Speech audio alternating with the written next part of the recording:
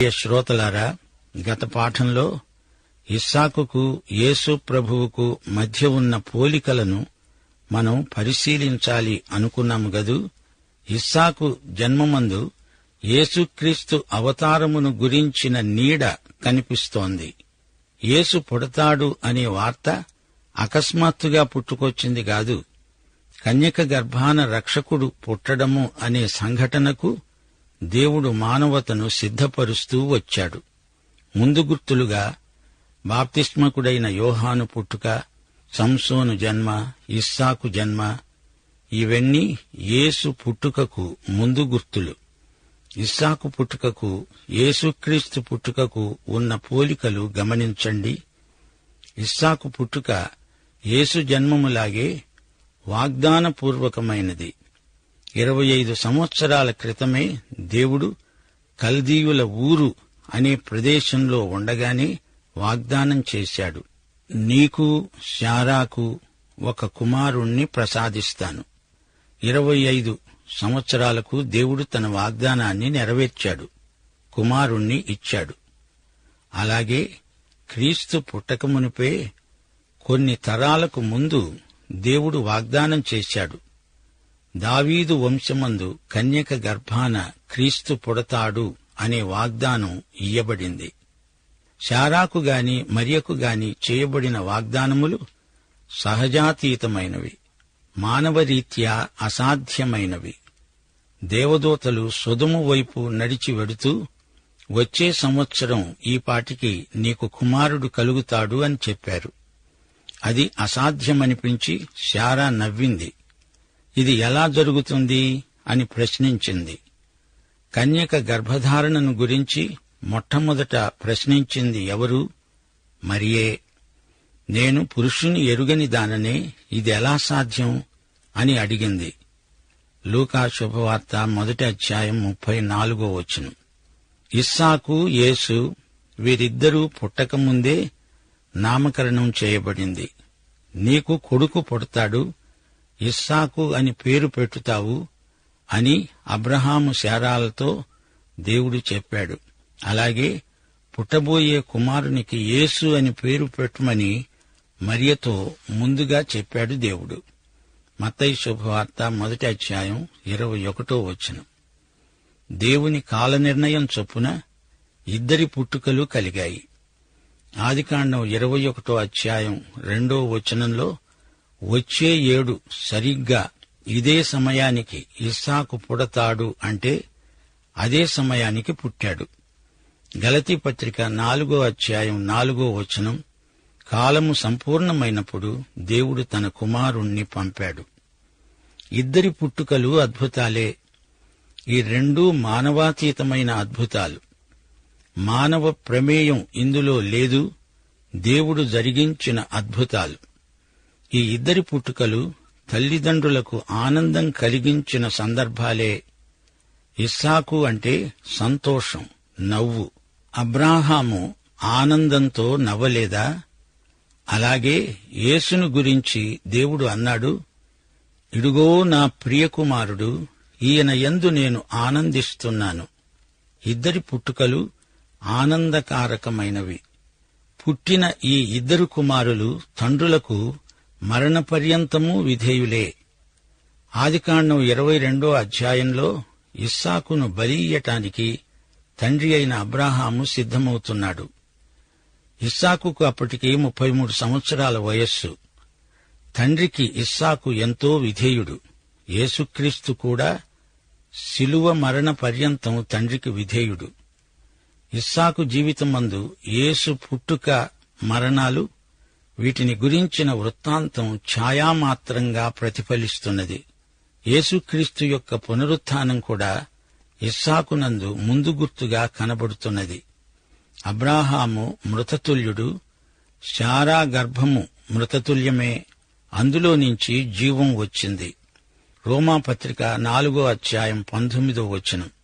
ఇది పునరుత్థాన సాదృశ్యం.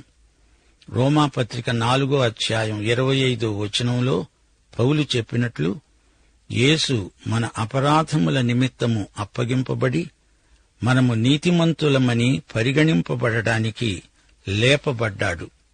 అబ్రహాము శారాల విషయమై దేవుడు ఎంతో కనికరము చూపాడు. దేవుడన్నాడు, ఈ చిన్నవానిని బట్టి, నీ దాసిని బట్టి నీవు దుఃఖపడవద్దు. శారా నీతో చెప్పే ప్రతి విషయంలో ఆమె మాట విను. ఇస్సాకు వలన అయినదే నీ సంతానము అనబడుతుంది. అనగా ఇష్మాయేలు దేవుడు వాగ్దానము చేసిన కుమారుడు కాడు. అయినా ఈ దాసి కుమారుడు నీ సంతానమే కదా, అతన్ని కూడా ఒక జనముగా చేస్తాను. నీలో నుండి జాతులన్నీ వస్తాయి. అయినా కంగారు పడకు, ఈ ఇష్మాయేలు కూడా ఒక గొప్ప జాతికి మూలం అవుతాడు. సరే, అబ్రాహాము పొద్దున్నే నిద్రలేచాడు. ఆహారము, నీళ్ల తిత్తి తీసుకొని ఆ పిల్లవానితో కూడా హాగరునకు అప్పగించి ఆమె భుజం మీద వాటిని పెట్టి ఆమెను పంపివేశాడు. ఆమె వెళ్లి బెయేర్షెబా అరణ్యములో అటూ ఇటూ తిరుగుతూ ఉన్నది. ఆ తిత్తిలోని నీళ్లు అయిపోయిన తరువాత ఆమె ఒక పొద క్రింద ఆ చిన్నవాణ్ణి పడవేసి, ఈ పిల్లవాని చావు నేను చూడలేను అనుకొని వింటివేత దూరము వెళ్లి అతనికి ఎదురుగా కూర్చున్నది. ఆమె ఎదురుగా కూర్చొని ఎలుగెత్తి ఏడ్చింది. దేవుడు ఆ చిన్నవాని మొర విన్నాడు. అప్పుడు దేవుని దూత ఆకాశము నుండి హాగరును పిలిచి అన్నాడు, హాగరు, నీకేమి వచ్చింది? భయపడకు. ఆ చిన్నవాడు ఉన్న చోటే దేవుడు వాని స్వరము విని ఉన్నాడు. నీవు లేచి ఆ చిన్నవాణ్ణి లేవనెత్తి నీ చేత పట్టుకో. అతణ్ణి గొప్ప జనముగా చేస్తాను. దేవుడు ఆమె కన్నులు తెరిచాడు. ఆమె నీళ్ల ఊట చూచి వెళ్లి ఆ తిత్తిని నీళ్లతో నింపి చిన్నవానికి తాగించింది. దేవుడు ఆ చిన్నవానికి తోడై ఉన్నాడు. అతడు పెరిగి పెద్దవాడై ఆ అరణ్యములో కాపురముండి విలుకాడు అయ్యాడు. అతడు పారాను అరణ్యములో ఉండగా అతని తల్లి ఈజిప్టు దేశము నుండి ఒక స్త్రీని తెచ్చి అతనికిచ్చి పెళ్లి చేసింది. ఇంతటితో ఇష్మాయేలు వృత్తాంతం సమాప్తం. దీని తరువాత ఇతని ఊసే ఎత్తబడదు. అయితే ఇతని వంశీకులు అరబ్బులు ఉన్నారు. ఇది చారిత్రాత్మకమైన రుజువు. ఆ కాలమందు అబీమెలెకు అతని సేనాధిపతి అయిన ఫీకోలు అబ్రాహాముతో మాట్లాడుతూ అన్నారు, నీవు చేసే పనులన్నిటిలో దేవుడు నీకు తోడు.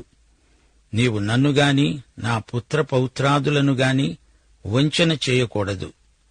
నేను నీకు చేసిన ఉపకారానికి నాకు, నీవు ప్రవాసమున్న ఈ దేశానికి ప్రత్యుపకారం చేస్తాను అని దేవుని పేరట ఇక్కడే నాతో ప్రమాణం చెయ్యాలి. అబీమెలెకు అబ్రహాముతో ఒక ఒప్పందం చేసుకోవాలని చూస్తున్నాడు. దీన్ని బట్టి ఇద్దరూ స్నేహితులయ్యారు. వారిద్దరూ నిబంధన చేసుకున్నారు. ఇది బెయేర్షెబాలో ఇద్దరి మధ్య పరస్పరం జరిగిన నిబంధన. ఈ నిబంధనకు గుర్తుగా అబ్రాహాము అబీమెలెకుకు 7 గొర్రె పిల్లలను ఇచ్చాడు.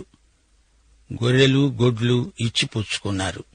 33వ వచనం, అబ్రాహాము బెయేర్షెబాలో ఒక పిచుల వృక్షము నాటి అక్కడ నిత్య దేవుడైన యెహోవా పేరట ప్రార్థన చేశాడు. అబ్రాహాములో ఉన్న ప్రత్యేకత ఇదే. ప్రతి వ్యవహారంలో దేవుని నామమున ప్రార్థన చేస్తాడు. బెయేర్షెబా అంటే సాక్ష్యార్థమైన బావి.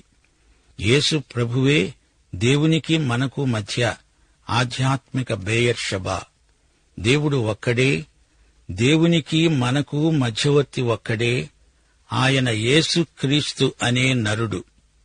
బెయేర్షెబాలో పిచుల వృక్షం, యేసే నా జీవవృక్షం. అబ్రహాము ప్రార్థన చేసింది నిత్య దేవునికి. నిత్య దేవుడు అంటే ఏల్ ఓలాం, ఏల్ ఓలాం. తెలుగులో నిత్య దేవుడు అనే కంటే హీబ్రూలో ఏల్ ఓలాం అంటే నా ఆత్మకు ఇంపుగా ఉంటుంది. దేవుడు నిత్యుడైతే ఆయన బిడ్డలం మనం నిత్యత్వానికి చెందిన పిల్లలం. అబ్రాహాము నిజంగా ప్రార్థనాపరుడు. అతని విజ్ఞాపన ప్రార్థనల్లో స్వార్థ త్యాగం, దాతృత్వ భావన ఉట్టిపడుతూ ఉంటాయి. అబ్రాహాము ఫిలిష్తీయుల దేశములో అనేక దినములు ప్రవాసిగా ఉన్నాడు. అబ్రాహాము ప్రయాణాలు విశ్వాస ప్రగతి సోపానాలు. అబ్రాహాము ప్రవాసి, గుడారాలలో నివసిస్తూ అన్యుల దేశములో ఉన్నట్లుగా వాగ్దత్త దేశములో ప్రవాసి అయి జీవించాడు. పునాదులు గల పరలోక పట్టణం కోసం అబ్రాహాము ఎదురుచూచాడు. వాగ్దానము చేసినవాడు నమ్మదగినవాడు. మృతతుల్యమైన దాంపత్యం నుండి జీవం ఉద్భవిల్లింది. ఇప్పుడు 22వ అధ్యాయంలోకి రండి. ఈ అధ్యాయంలో నాటకీయత అనుపమానం. అబ్రాహాము ఇస్సాకును బలియ్యటానికి సిద్ధమయ్యాడు. దేవుడు చివరి ఘడియలో అబ్రాహామును వారించాడు. తన నిబంధనను బలపరిచాడు, స్థిరపరిచాడు. అప్పుడు అబ్రాహాము బెయేర్షెబాకు తిరిగి వస్తాడు. ఈ అధ్యాయంలో దేవుడు 7వసారి, అంటే చిట్ట చివరిసారి అబ్రాహాముకు సాక్షాత్కరిస్తాడు. అబ్రాహాము ఎదుర్కొన్న పరీక్షలన్నీ ఒక ఎత్తు, ఇది ఒక ఎత్తు. మహా కఠోరమైన పరీక్ష. ఈ అధ్యాయంలో మరో విశేష రహస్యం ఉంది. దేవుడు నరబలులను ఎన్నడూ ఆమోదించడు. అవి ఆయనకు గిట్టవు. మానవుల పాపాల కోసం బలి అయినవాడు, కాగలవాడు యేసుక్రీస్తు ఒక్కడే. మరో నరుడు అలా చెయ్యలేడు. నరబలి అనేది అర్థం లేని మాట. యేసుక్రీస్తు సర్వమానవత కోసం స్వచ్ఛందంగా ప్రాణం అర్పించాడు. ఎవరూ ఆయనను పట్టి కట్టి తెచ్చి వధించి బలి చెయ్యలేదు. ఈ 22వ అధ్యాయం అచ్చం 22వ కీర్తన, యెషయా 53వ అధ్యాయం లాంటిది. ఈ 3 అధ్యాయాలను ఒకదాని సరసన ఒకటి పెట్టి చూడాలి. క్రీస్తు శిలువ నీడ ఈ మూడింటిపై ప్రసరించింది. ఇస్సాకు పుట్టుకే కాదు, ఇస్సాకు బలి సందర్భం కూడా యేసుక్రీస్తును ప్రతిఫలించటం విశేషం. యాకోబు 2వ అధ్యాయం 21వ వచనం ఒక్కసారి వినండి. మీకేం తోస్తుంది? మన పితరుడు పూర్వీకుడు అయిన అబ్రాహాము తన కుమారుడైన ఇస్సాకును బలిపీఠము మీద అర్పించినప్పుడు అతడు క్రియల వలన నీతిమంతుడని తీర్పు పొందలేదా? దానికి అనుబంధంగా రోమాపత్రిక 4వ అధ్యాయం మొదటి 3 వచనాలు చేర్చి చూడండి.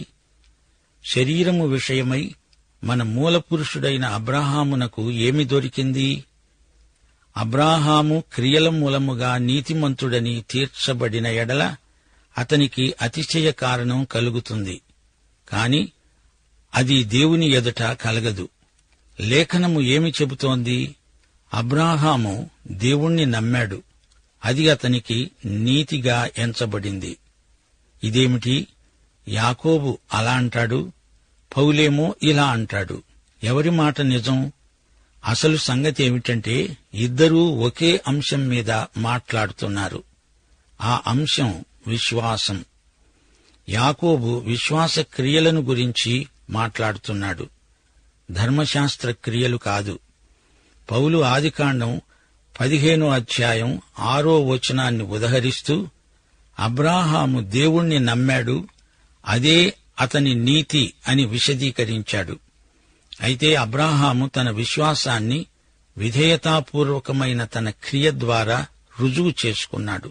అబ్రాహాము విధేయతను యాకోబు క్రియాత్మకమైనది అంటున్నాడు. తన కుమారుణ్ణి బలి ఇయ్యి అని దేవుడంటే వెనక ముందు చూడకుండా దానికి ఆయత్తమయ్యాడు. తీరా బలి ఇచ్చాడా అంటే ఇయ్యలేదు. యాకోబు చెబుతున్నది ఆదికాండం 22వ అధ్యాయంలోని అబ్రహాము క్రియ. పౌలు మాట్లాడుతున్నది ఆదికాండంలోని అబ్రాహాము విశ్వాసం. ఈ రెండూ కలిపి చూస్తే విశ్వాసము క్రియాత్మకమైనది, క్రియ విశ్వాసాత్మకము అని బోధపడుతుంది. విశ్వాసము విధేయతాపూర్వకమైన క్రియను కోరుతుంది అని అర్థం. ఆదికాండం 22వ అధ్యాయం 1వ వచనం. ఈ సంగతులు జరిగిన తరువాత దేవుడు అబ్రహామును పరిశోధించాడు. అబ్రహామా అంటూ దేవుడు పిలిస్తే అబ్రాహాము చిత్తము ప్రభూ అని పలికాడు. పరిశోధన అంటే పరీక్ష. ఇది కేవలము విశ్వాస పరీక్ష. అంతేగాని దేవుడు ఎవరినీ కీడుకు శోధించడు. దేవుడు అబ్రాహామును పరీక్షించడానికి ఒక అసాధారణమైన పని చేయమంటున్నాడు. నీకు ఒక్కడై ఉన్న నీ కుమారుణ్ణి, అనగా నీవు ప్రేమించే ఇస్సాకును తీసుకొని మోరియా దేశానికి వెళ్లి అక్కడ నేను చూపబోయే పర్వతములలో ఒకదాని మీద దహనబలిగా అతణ్ణి అర్పించు అన్నాడు దేవుడు. ఈ సంఘటన తర్వాత శారా తన 127వ ఏట చనిపోయింది. ఇస్సాకు పుట్టినప్పుడు శారాకు 90 ఏళ్లు. ఆమె 127వ ఏట చనిపోయింది. అంటే అప్పటికి ఇస్సాకుకు 37 ఏండ్లొచ్చాయి. అబ్రాహాము ఇస్సాకు బలి ఇవ్వవలసినప్పటికీ ఇస్సాకుకు 30 లేక 33 ఏండ్ల వయస్సు ఉండవచ్చు. నీవు ప్రేమించిన నీ కుమారుడు, ఒక్కగానొక్క కుమారుడు, అతణ్ణి తీసుకురా అంటున్నాడు దేవుడు. అవును, త్రిత్వంలో యేసు కుమారుడు, తండ్రి, కుమారుడు, పరిశుద్ధాత్మ. యేసు దేవుని అద్వితీయ కుమారుడు. యేసు అనేక పర్యాయాలు సువార్తలో అన్నాడు, నా తండ్రి నన్ను ప్రేమిస్తున్నాడు. అబ్రాహాము ఇస్సాకును తీసుకుని మోరియా ప్రాంతాలకు వెళ్లాలి. మోరియా ప్రాంతంలోనే దేవాలయ నిర్మాణం జరిగింది. అక్కడే యేసు ప్రభు సిలువ వేయబడ్డాడు. పట్టణానికి వెలుపల మోరియా, అదే స్థలం ఇస్సాకు బలి. ఇందులో యేసు ప్రభు సిలువ వేత ప్రతిబింబిస్తున్నది. దేవుని ఆజ్ఞ, అబ్రాహాము దేవుడు చూపబోయే కొండ మీద తన ప్రేమ కుమారుణ్ణి బలి ఇయ్యాలి. మోషే ధర్మశాస్త్రం వచ్చే వరకు వేరే బలులు లేవు, దహన బలి మాత్రమే ఉంది. ఆ తరువాత పాప పరిహార బలి, అపరాధ బలి మొదలైన వివిధ బలులు వచ్చాయి. దహన బలి యేసుక్రీస్తునే చూపుతుంది. అయితే ఇస్సాకును బలి ఇయ్యటం నరబలి కాదా? అది దేవునికి ఇష్టమా? దేవుడు నరబలిని ఎన్నటికీ ఇష్టపడడు. నైతికంగా నరబలి నిషిద్ధం. అన్యజాతులలో నరబలి విధానం ఉంది. ఫిలిష్తీయులు నరబలులు ఇవ్వడం పరిపాటి. ఈ విషయం అబ్రహాముకు అర్థం కాలేదు. దేవుడు ఎందుకు ఇస్సాకును బలి ఇయ్యమంటున్నాడు?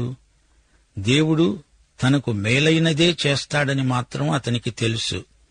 దేవుడు చెప్పిన దానికి అభ్యంతరం చెప్పను. ఇస్సాకును మళ్లీ బతికించి నాకిస్తాడు అనే నిరీక్షణాత్మకమైన విశ్వాసం అతనికి ఉంది. తెల్లవారినప్పుడు అబ్రహాము లేచి తన గాడిదకు గంతగట్టి తన పనివారిలో 2 తన కుమారుడైన ఇస్సాకును వెంటబెట్టుకుని దహన బలి కోసమై కట్టెలు చీల్చి లేచి దేవుడు తనతో చెప్పబోయే చోటికి వెళ్లాడు.